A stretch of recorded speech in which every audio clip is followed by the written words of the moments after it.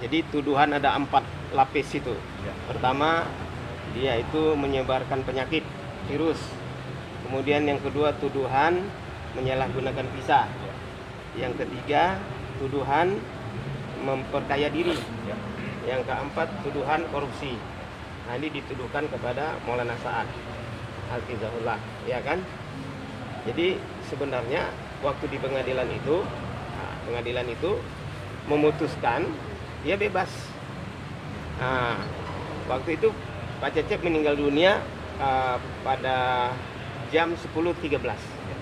Tiba-tiba ada kabar kepada saya kira-kira 10-15 menit kemudian, rupanya pengadilan High Court of Delhi, pengadilan tinggi Delhi itu sedang menyidangkan. Jadi pengacaranya Rajib itu memutuskan meminta supaya tuntutan Maulana Sa'ad dibebaskan. Kenapa dia dibebaskan? Ternyata secara kemanusiaan Maulana Sa'ad dan keluarganya dan orang-orang Nizamuddin yang baru-baru ini menyumbangkan donor darahnya kepada masyarakat melalui Palang Merah, ya, Palang Merah internasional dan Palang Merah di India, dan darah itu disumbangkan kepada orang-orang yang korban positif corona dan mereka sembuh. Nah, jadi pengacara mengatakan kemuliaan kerja Maulana Sa'ad dan jamaahnya ini luar biasa karena mereka adalah penyelamat kemanusiaan. Amin. Nah, tadinya mereka dituduh penyebar penyakit, sekarang mereka ternyata penyelamat kemanusiaan. Jadi oleh karena itu tuduhan-tuduhan perkara kepada dia yang memberatkan dia dan belum terbukti itu tidak ada apa-apanya. Akhirnya dia bebas. Alhamdulillah dia bebas. Nah, tetapi waktu dia diputuskan bebas itu, maka jampitsusnya, kalau kita jampitsus ya, kalau di sana jaksa penuntut umumnya itu naik banding lagi ke tingkat nasional lagi. Nah, sekarang ini di dalam tingkat nasional. Jadi sebenarnya itu sama saja. Apakah tingkat daerah atau tingkat nasional itu sama saja karena perkaranya kan sama. Nah, kita juga dapat bocoran sebagaimana kita lihat keadaannya, ya kan, teman-teman juga memberikan informasi yang tidak hoak pada kita bahwa Maulana Sa'ad ini pertama dia dituduh itu tidak terbukti. Berapa kali ada 8.000 orang di Nizamuddin yang dideteksi kesehatannya oleh dinas kesehatan yang bersangkutan di sana yang bertugas resmi ternyata negatif. Berarti berita itu hoax, ya kan? Tetapi kan berita itu dibesar-besarkan oleh media-media yang memang tidak menguntungkan umat Islam, apalagi dakwah, ya kan, mereka benci karena baru-baru ini parlemen, kalau kita di sini DPR, parlemen India itu sudah membuat satu undang-undang anti kepada Islam. Jadi tidak boleh ada kehidupan Islam di India. Coba seperti tanah India itu milik padahal tanah ini kan milik Allah, ya kan, kita nggak berhak kita mengatakan seperti itu. Tapi setelah itu banyak ujian-ujian kepada India sendiri, kan begitu. Orang-orang dakwah tabligh ini udah 100 tahun eksis di sana. Jadi nggak ada corona, dia memang jamaah udah beredar di mana-mana. Jadi sebelum corona ini ada, supaya diketahui jamaah kita itu ratusan jamaah, mungkin ribuan dari seluruh dunia, ada di setiap unit-unit, di setiap kampung, di setiap desa di sana. Nah, begitu datang kasus virus corona ini kan mendunia. Nah, seakan-akan jamaah kita yang menjadi penyebabnya, kan tidak adil. Padahal semua masjid pun di lockdown, ya kan, semua tempat di lockdown, kenapa harus beritanya itu hanya difulkan kepada tabligh? Nah, ini media massa juga tidak adil, ya, tidak adil. Media massa ini sedang membuat trial by the press. Mereka menghakimi secara press dan itu melanggar kode etik jurnalistik. Itu jelas secara hukum bisa digugat. Kalau andai kata ada pengacara yang mengugat jurnalistik di sana, mereka pasti kena hukum karena mereka tidak balance beritanya, dia tidak cover both side, ya kan, tidak berita dari dua sisi. Semestinya sebagai wartawan yang intelektual, yang bertakwa, dia harus berpihak kepada yang benar dong. Mana yang fakta, jangan mana yang dibumbu-bumbui, kan gitu. Dan jelas orang-orang yang benci kepada Islam, yang menopang media-media massa seperti jelas akan memusuhi kita. Dan ini orang Islam sendiri jangan sampai terpancing.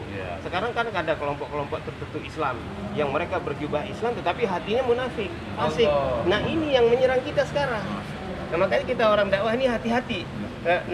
Allah SWT berfirman, Ya ayyuhalladzina amanu idza ja'akum fasikum binaba'in fatabayyanu. Wahai orang beriman, kalau datang kepada kamu orang fasik yang membuat berita, maka kamu tabayyun. Nah itu. Nah, kemudian yang kedua dia dituduh lagi menyalahgunakan visa. Ya. Visa kita dari dulu juga visa turis. Saya sejak ikut dakwah ini ke India setiap 2 tahun nggak pernah pakai visa yang lain, visa turis. Udah berapa lama buat visa di bank visa itu? Udah berapa lama buat visa? Saya, kalau saya sekarang dapat visa India itu 1 tahun. 3 kali. Ada kawan-kawan yang 5 tahun, bahkan elektronik dimudahkan. Kenapa? Karena dulu kira-kira 4 tahun yang lalu itu sudah ada MOU, Memorandum of Understanding, antara Indonesia dengan India. Waktu itu Duta Besar kita di situ Pak Andi Galim. Nah, Pak Andi Galim. Itu sudah ada kerjasama untuk meningkatkan pariwisata di 2 negara. Dan kita nggak ada masalah jamaah tabligh itu diajukan kepada Perdana Menterinya, dijamin oleh Pak Andi Galim. Oh, ini saudara-saudara kita, saya di kampung saya semua orang tabligh, nggak ada masalah, orang ini baik-baik, asalnya kan bagus, tidak ada masalah visa. Nah sekarang ini misionaris juga pakai visa turis, kenapa tidak diadili? Kenapa kita saja yang diadili? Mereka bebas ke kampung-kampung misionaris itu, kita jumpa di mana-mana. Tapi kenapa tidak diadili? Nah ini kan satu perkara yang kalau saya anggap ya itulah hoax itu. Yang ketiga, tuduhan memperkaya diri. Ini mohon maaf ya, itu gedungnya Nizamuddin itu, Bangla Wali Masjid itu tertinggi di situ 7 lantai. Bapak udah ke sana? 7 lantai. Itu terkaya di sana. Maulana Ilyas itu memang dasar orang kaya, ditakdirkan. Ya kantor polisi yang di depan itu, kantor polisi yang di police station itu juga tanahnya Maulana Ilyas yang diambil oleh polisi. Tapi begitu mereka mengaku itu tanah mereka. Maulana Ilyas bilang udah kasih hadiah saja, dikasih. Nah, sekarang karena begitu baiknya polisi akhirnya membela Maulana Ilyas, jadi mereka yang menjaga keamanan Nizamuddin. Gitu. Jadi itu semua hoax. Terus Maulana Sa'ad ini dia tuh orang tuanya kan di Saharanpur. Neneknya dari Maulana Zakaria. Maulana Zakaria ini punya anak perempuan 2. Satu yang tuanya dinikahkan kepada Maulana Yusuf. Lahirlah Maulana Harun, lahirlah Maulana Sa'ad. Yang satu lagi adiknya dinikahkan kepada Maulana Inamul Hasan, lahirlah Maulana Zubir. Jadi Maulana Zubir itu adalah ahli bait. Satu tempatnya sama-sama di markas, hidupnya di markas, meninggalnya di markas itu Maulana Zubir.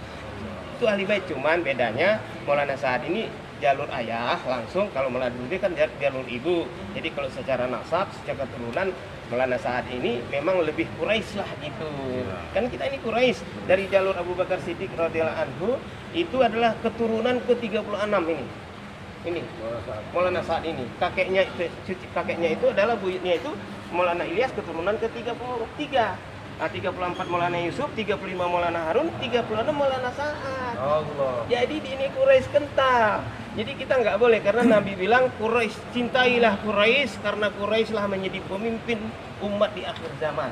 Nah ini alhamdulillah kita dapat pemimpin Quraisy. Dia akan hafiz Quran, baca kitab ayat sahabat tiap malam. Masalah tundukkan pandangan mata. Saya berapa kali ke sana? Saya pernah 4 bulan, pernah 8 bulan, pernah setahun keluar di sana dan selalu berkhidmat kepada Maulana Sa'ad. Subhanallah. Yang ketiga tuduhannya, yang keempat tuduhannya adalah korupsi. Bagaimana dia mau korupsi? Dia bukan orang kantoran. Dia bukan anggota DPR. Kalau anggota DPR bolehlah perjalanan dinas bisa dikorupsi kan gitu kan. Nah terus dia nggak punya partai, nggak punya yayasan, nggak punya, dia itu cuma dakwah aja dari dulu, nggak ada kerja lain. Cuman bagaimana hidup dakwah ini, semua orang dikasih makan, semua orang diuruskan transportnya, diuruskan visanya, diuruskan paspornya, diuruskan kendaraannya, diuruskan tempatnya, dikirim ke mana-mana, diajak sholat berjamaah, diajak talim, muzakarah, adab-adab. Masya Allah, berapa hebat kebaikan Maulana Sa'ad itu. Nah ini Pak, jadi kita juga harus sabar ya. Nah sekarang, andai kata pengadilan tinggi ini, saya yakin sekali, wallah ya, saya yakin sekali ini semua karena bantuan, karena kehebatan Maulana Sa'ad, bukan kehebatan Nazaruddin, bukan kehebatan ini Paku Benjeruk, tetapi ini adalah kehebatan Allah. Allah telah turun tangan menurunkan bantuannya. Yadullahi fawqa adihim, tangan Allah di bawah kekuasaan mereka. Ma ramaita idh ramaita rahmat. Bukan kamu yang menembak, walaupun tanganmu yang menembak, tapi sesungguhnya Allah lah yang menembak. Ini tembakan Allah. Jadi kita jalan aja terus, nggak ada apa-apa, insya Allah ya. Tapi kita nggak menentang siapa-siapa, kita menjelaskan yang baik. Allah Maha Kuasa, Rasulullah, siapa yang hidupnya ikut yang 2 perkara ini, dia pasti dibayar oleh Allah. Tapi kalau tidak, hati-hati. walaupun bajunya Islam hebat, pembicaraan apa, karena ada surat Al-Munafiqin di Quran yang menjelaskan perkara itu. Kita takut jangan sampai jadi orang munafik. Nah, kita minta kepada teman-teman kita yang sangat benci kepada Maulana Sa'ad, yang sampai menghina Maulana Sa'ad, yang segeralah tobat ya kan. Kita dibanding dia itu kayak cermin ya kan. Kalau kita bercermin nih, muka kita penuh jerawat, penuh bopeng. Nah kayak gitulah kita. Ya sementara cermin ini masih putih bersih ya kan. Ini Izumuddin itu cermin kita, Pak. Supaya kita datang ke sana supaya ngelihat wajah asli kita. Masih kurapan apa udah bening? Kalau masih kurapan kita menghina-hina seperti itu, naudzubillah min dzalik, nanti Allah berikan apanya yang lain. Jadi saya kira begitu aja sementara ya. Ini hari Jumat, kita bikin amalan yang baik. Semoga Allah berikan pada kita kekuatan. Jazakallahu khair. Subhanallah bihamdihi, subhanakallahumma bihamdika, asyhadu an la ilaha illa anta, astaghfiruka wa atubu ilaik. Wassalamualaikum warahmatullahi wabarakatuh. Al-Fakir Abdurrahman Lubis. Allah.